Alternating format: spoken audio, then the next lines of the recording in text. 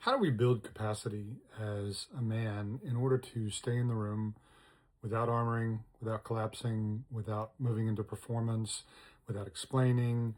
How do we do that? Well, with AMP, Authentic Masculinity Project, we actually have an ecosystem of entry points, whether it's, the four pillars of path, presence, process, and strategy, which path is understanding your generational trauma, your childhood trauma, your past romantic relationship wounding in a way that we're not just unwinding, but we can, name the wounds underneath the defense mechanisms and understand kind of how and why that's showing up in our life, how we got to be the way that we are. Two is presence, and there's a lot of different ways to practice presence. So we have a book called Paths of Presence, where we're literally shifting the neuroplasticity of the brain and how we're paying attention in a way that we learn how to become present, especially in moments that it really, really matters. If you can really become present, then you expand your bandwidth and you have an ability to handle. If you can truly be present in the moments that matter, it makes all the difference in the world. So the brain's going to do what it's trained to do. So we need a practice of presence.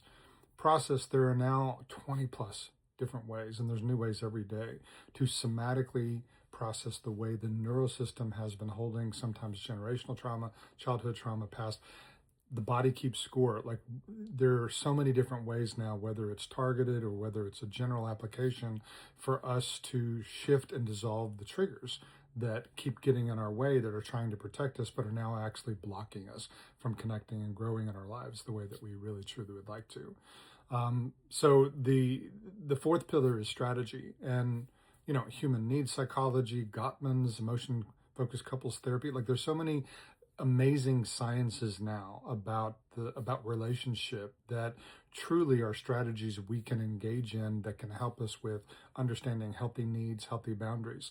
And the issue is that often we need to go back and we have to work with the neural system before we can engage in strategy. And even when we do somatic process, it needs to be targeted at the things that are actually trying to defend us, not in a generic overall principle, because you can relax all you want to and then be put back into the same trigger.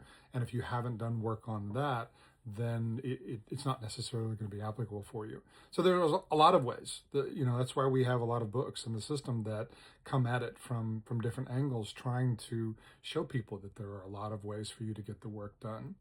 The first step is curiosity. Like, curiosity is a superpower. You got to get started.